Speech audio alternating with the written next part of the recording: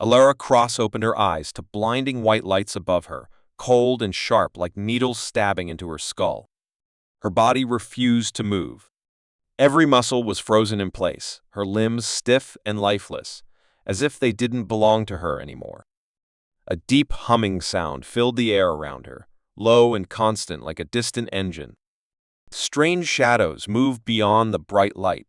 4 tall creatures, with skin like polished stone and glowing blue eyes, stared down at her. Their arms ended in tools instead of fingers, metallic limbs fitted with syringes, blades, and scanners. She was lying on a steel table, her back pressed against its freezing surface, with metallic straps wrapped tightly around her wrists, ankles, chest, and forehead. Panic crawled through her mind, but no one could see it in her eyes. They thought she was unconscious. They thought she was just another specimen ready for dissection. But Alara's mind was wide awake. She tried to speak, but her lips wouldn't move. Her tongue felt thick, numb, heavy. All she could do was listen, think, and wait. The aliens spoke in a strange, clicking language, their words sharp and fast like insects chirping. One of them leaned over her, bringing a long, thin needle close to her arm. Alara knew this wasn't Earth. This wasn't a dream. She remembered the mission, a deep space scouting vessel exploring uncharted systems. Something had gone wrong. There had been a bright flash, a siren, then silence. She had blacked out. Now, she was here. But Alara wasn't just any crew member. She was trained for survival in the worst conditions. She had handled crash zones, rescue ops, sabotage drills. Her body had been pushed beyond limits in Earth's harshest places. But this was beyond anything she had imagined. Still, she didn't panic. She focused on her breathing, slow and steady, counting each second in her head. She had been injected with something that kept her paralyzed, but it hadn't reached her mind. She was still thinking, calculating, watching. She noticed one of the aliens was different, shorter, with trembling hands. Nervous. That meant they weren't all fearless. Another one looked older, covered in strange markings like scars or ranks. He held a tablet that projected her biological data in glowing symbols. Alara couldn't read them, but she understood the image on the screen. It was a map of her organs, labeled and ready. She was about to be cut open. Her heartbeat quickened, but she forced herself to stay calm. She remembered what her training officer used to say: the body follows the mind. Control your thoughts, and you control everything. The aliens began the procedure. One of them pressed a device to her neck, injecting another chemical. They didn't realize that Alara's immune system had been genetically enhanced for extreme adaptability. Something about this new serum didn't mix well. Instead of deepening her paralysis, it triggered a reaction. Her blood began to heat. Her nerves sparked like fire. Something was changing inside her. The pain came fast and sharp, like lightning in her veins, but along with it came strength. She felt her fingers twitch. Her toes curled slightly. The aliens didn't notice. They were too focused on their instruments. A blade moved closer to her chest. Alara took a deep breath, her first real breath since waking up. The motion was small, but enough to shift the straps. One alien froze, staring at her face. He tilted his head, confused. She locked eyes with him. His expression changed from curiosity to fear. In one sudden motion, Alara twisted her arm, broke the strap, and punched the creature in the throat. It collapsed backward, choking on its own breath. The others screamed, but it was too late. Adrenaline surged through her body. She ripped off the remaining straps, rolled off the table, and grabbed a scalpel from the floor. Her movements were raw and painful, but fueled by something deeper than training pure survival. The older alien lunged toward her, but she stabbed him in the shoulder and kicked him into the wall. Sparks burst from a control panel as his body slammed into it. Alarms blared. Red lights flashed. More aliens poured into the room, but Alara didn't wait. She sprinted through the nearest exit, barefoot and bleeding, her heart pounding like a war drum. The corridors were long, cold, and lined with glowing panels and shifting glass. She didn't know where she was going, But she knew one thing: she would not die on an alien autopsy table. Not today. Her body was still shaking from the chemical reaction, her muscles sore and barely holding, but her mind stayed sharp. She ducked behind machines, listened for footsteps, memorized patterns. The aliens shouted in their strange language, searching for her. She was the intruder now, the loose variable they couldn't control. And that gave her power. Somewhere deep in the facility, sirens wailed louder, signaling a breach in their perfect system. Alara kept moving. She didn't know what these creatures wanted, or how many of them were here, but one thing was clear: they had underestimated the will of a human. She was no longer a test subject. She was a storm that had slipped off the table and into their carefully controlled world. And she wasn't planning to stop. Alara's mind raced, her senses on high alert, as she sprinted through the narrow, cold corridors of the alien facility. Her body felt like it was moving through thick water, muscles burning, each step harder than the last. The effects of the chemical injection still pulsed in her veins, her heart was pounding too fast, and her vision blurred with every movement. Yet, her mind remained sharp, calculating, focused. She had escaped the autopsy table, but the real challenge was just beginning. She needed to find a way out of this maze before they tracked her down. Every footstep echoed in the silence, but the sound of alien voices shouting in their strange language was growing closer. Panic began to rise inside her, but she suppressed it. There was no room for fear, not now. She turned a corner, her bare feet slapping against the cold metal floor, and ducked into a small room. It was dimly lit, with rows of strange machines humming quietly, their screens flickering with incomprehensible symbols. Alara's breath came in shallow gasps as she hid behind one of the machines, trying to steady herself. Her body trembled from exhaustion, but her mind refused to stop. She knew she couldn't stay hidden forever. The aliens were methodical, and they would eventually find her. She glanced around the room, eyes scanning for anything that could help her. The machines were strange, but they looked like they might control the facility's systems. With a surge of determination, Alara approached the nearest console. Her fingers moved quickly, swiping across the holographic screen. There were no instructions in any language she recognized, but there was a pattern, a series of blinking symbols that, somehow, seemed familiar. She pressed a sequence of buttons, feeling a wave of hope surge through her as a low beep echoed through the room. The system responded. At that moment, the door behind her opened with a soft hiss. Her heart skipped a beat, and she spun around, ready to defend herself. But it wasn't an alien coming through the door. It was another human. A man. He looked disheveled, his eyes wild with fear, and his clothes torn. His face was covered in bruises, but he wasn't dead.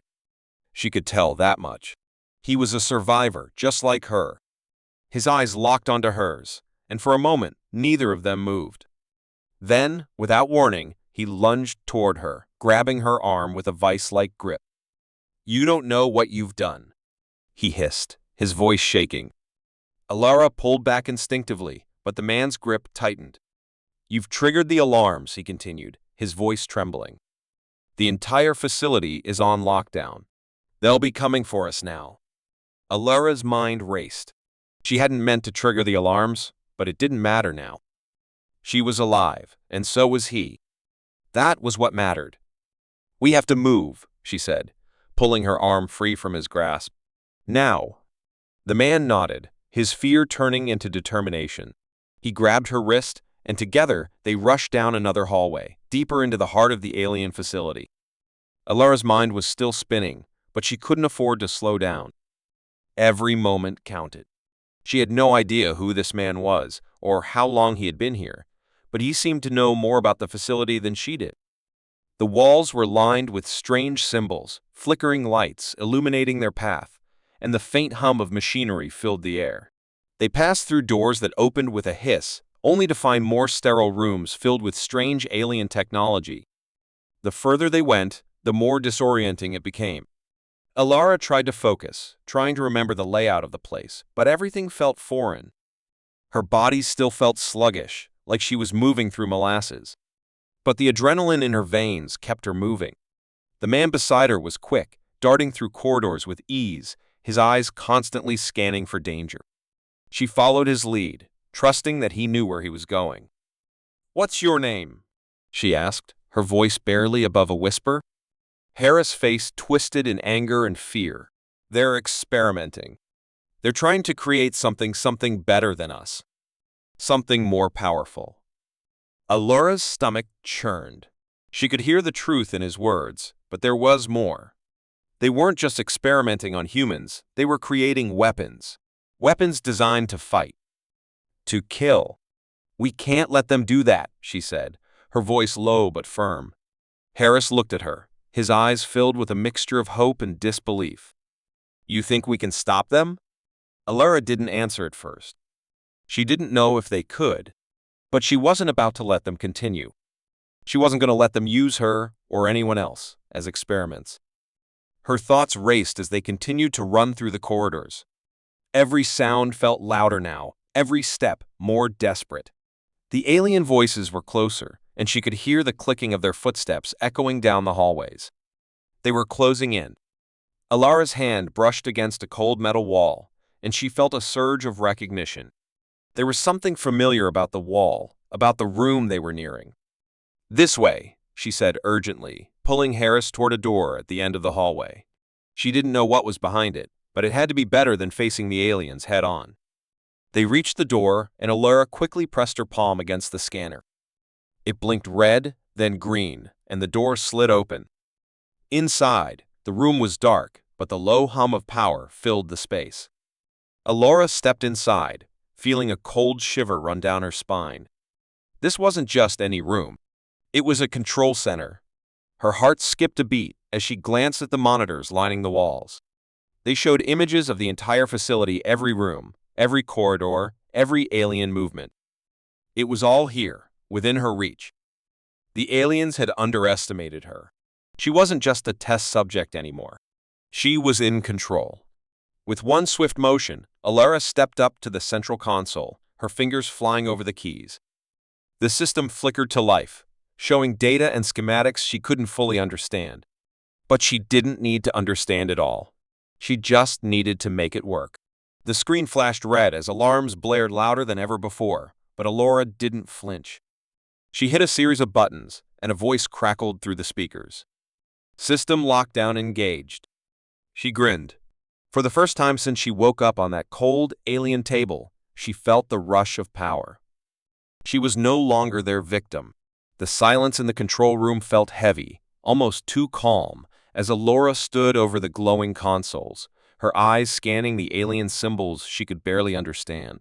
Harris watched from the side, injured but alert, his hands shaking as he held a metal rod like a weapon, prepared for anything that might come through the door.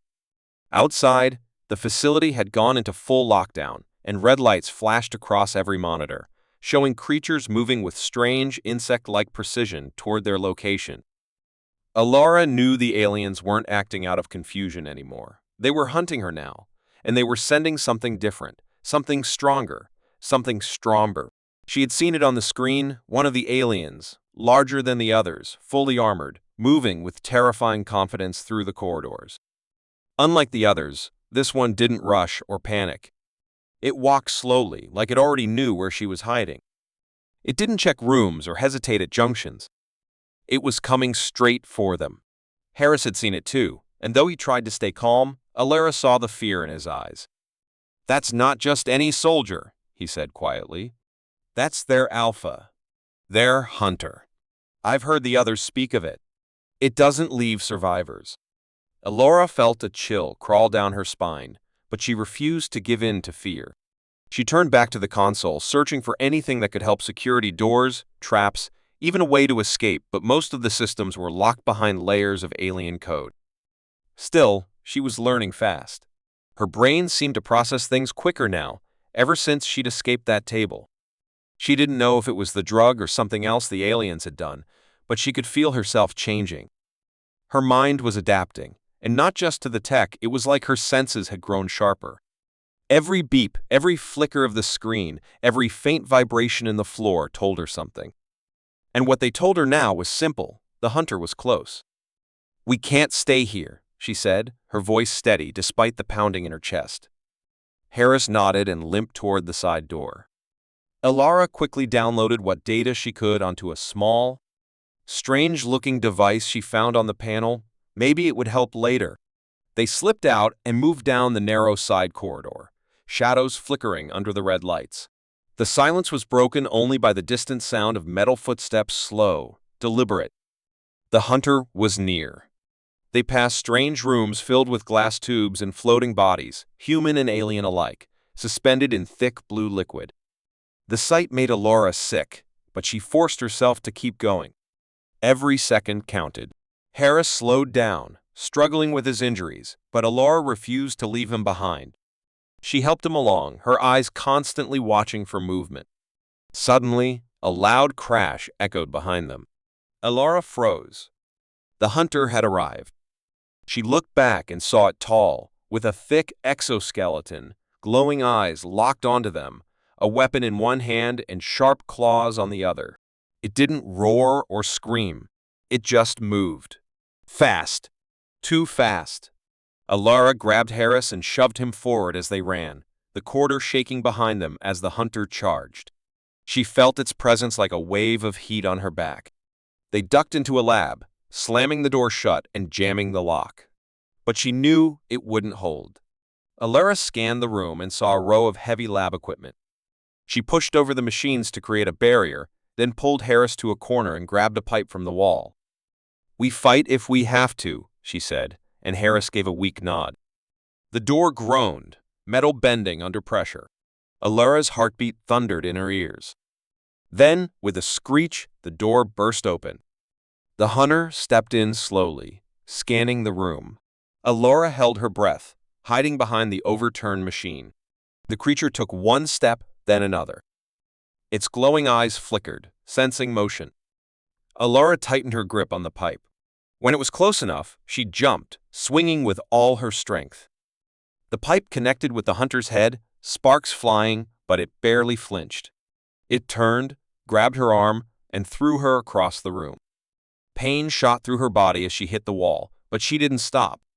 She rolled, grabbed another tool, and charged again. Harris tried to help, but the hunter knocked him down with a single blow. Elara screamed and lunged, striking the creature's neck. This time, the blade cut through a weak spot in its armor, and black blood sprayed across the floor. The hunter roared not in pain, but rage, and swung its claws at her. She ducked, barely missing the strike, and stabbed upward again. The creature staggered, blinking, and she didn't wait. She drove the blade in deeper, twisting with all her strength. The hunter fell back, crashing into the wall. Elara stood over it, panting, blood dripping from her hands. It twitched, then stopped. Silence. She dropped the blade and ran to Harris. He was alive, barely, his breathing shallow. "You did it," he whispered. Elara shook her head. "No. We're just getting started." She looked around the lab and saw another console, different from the others. This one was more advanced, more central. She dragged Harris closer, then began typing. The screen lit up with complex alien data, but this time she understood more. The hunter had been guarding something. This console held the keys to the entire facility. Security, research logs, transport systems. Everything. Alara's eyes widened. She could shut the entire place down, or take control of it. She looked at Harris, unconscious but breathing, then at the hunter's body. The aliens had made a mistake.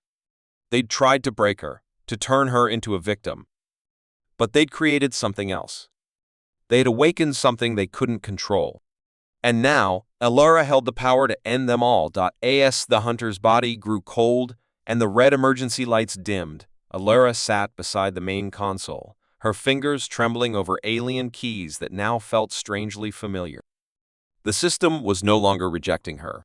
It was responding, almost welcoming her touch, and she didn't know whether to be terrified or thrilled. Harris was still unconscious beside her, breathing shallow but steady. She kept glancing at him, reminding herself why she had to keep going. With the lab security now partially under her control, Elara began to dig deeper, following strange symbols. and pulsing data streams that revealed layers of information hidden beneath the surface records, experiments, and logs from centuries of alien operation. But what she found wasn't just research on humans. These files held the truths the galaxy wasn't meant to know. The Masters, the ones who ruled this facility, weren't just scientists. They were ancient manipulators, a council of beings so powerful and secretive that even their own species feared them. They had guided wars, collapsed civilizations, and rewritten the DNA of entire species. Their goal wasn't peace or progress, it was control. Every species they encountered, they either enslaved or experimented on, changing their biology to make them easier to dominate. And humans, it seemed, had been their latest project. Alara found recordings dark rooms with humans strapped to tables, voices in strange languages discussing anatomy, pain tolerance, neural pathways, and genetic anomalies. But one file stood out. It was marked with a warning symbol and hidden beneath layers of encryption, which she broke through slowly, her mind racing faster than ever before. When the file opened, a hologram appeared. It showed a human female, young, scared, being examined while the alien scientists argued in the background. One of them pointed to her brain scan, shocked. Another mentioned unexpected evolution and genetic ignition. The girl was Alara. The recording was from her first day in the lab. The Masters had found something in her, something they hadn't seen before. They called it unlocked potential, a rare human trait that even their most powerful hunters couldn't replicate. They were afraid of her, not because of what she was, but what she could become. And it wasn't just her. They had found similar traits in a few other humans' names and photos flashed across the screen, but most of them had been terminated during experiments. Alara's survival had been accidental. The drug they used to suppress her mind had failed, and instead of breaking her, it had awakened her. She wasn't just adapting to their technology, she was becoming something more, something the Masters couldn't predict or stop.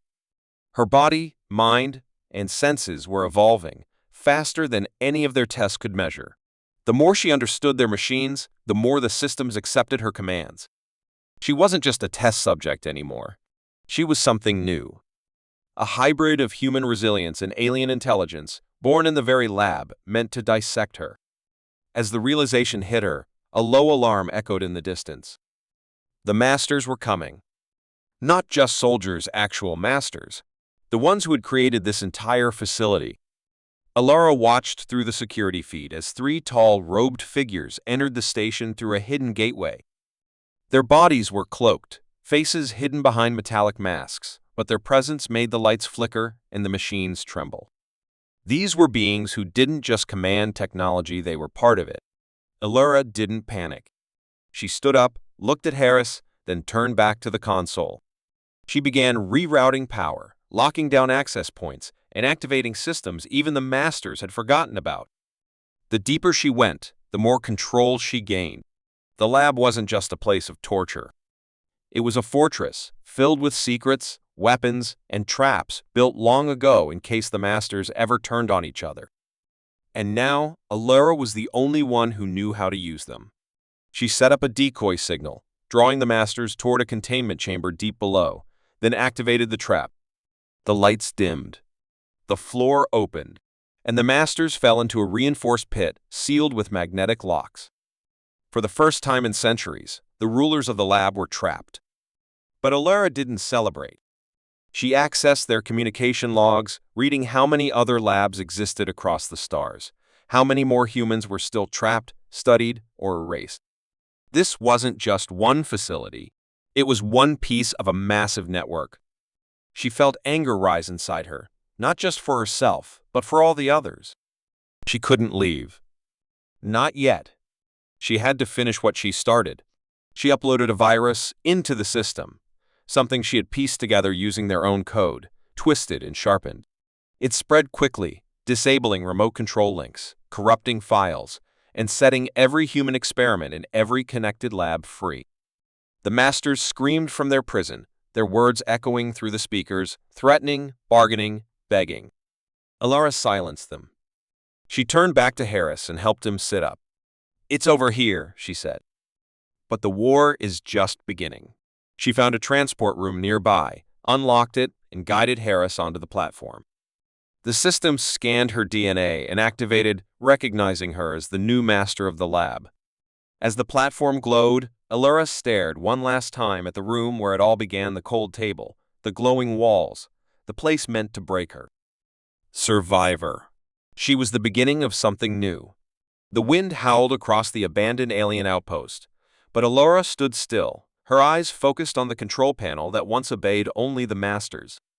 The sky above was painted in a deep blue-purple hue, stars blinking like distant watchers. But she wasn't looking up. She was looking forward, into the future she had just carved with her own hands. The facility behind her was no longer under alien rule. Its systems, its secrets, and its weapons now answered to her. As Harris recovered beside her, confused and amazed at what she had done, Allura remained calm, almost quiet, but inside her mind, a storm of knowledge, pain, and determination raged. She had been a prisoner, a subject, just another number in a long list of experiments meant to break the human spirit and body. But they had made one mistake. They underestimated how much fight a single human could hold. As she took her first steps away from the underground lab, her thoughts kept returning to the holographic faces of the masters, trapped in their own prison deep below the ground, their screams echoing in the control chamber as she erased their access codes and locked them in darkness. But she knew they were only three of many. Their files had revealed hundreds more facilities, spread across galaxies, each one performing cruel studies on creatures who had no choice. And those facilities still followed the old orders, still believed the masters were in control. That illusion was her weapon now. She returned to the surface control station, powered it with the alien fusion core, and used the master key she had created by combining her human instincts with the alien system's logic.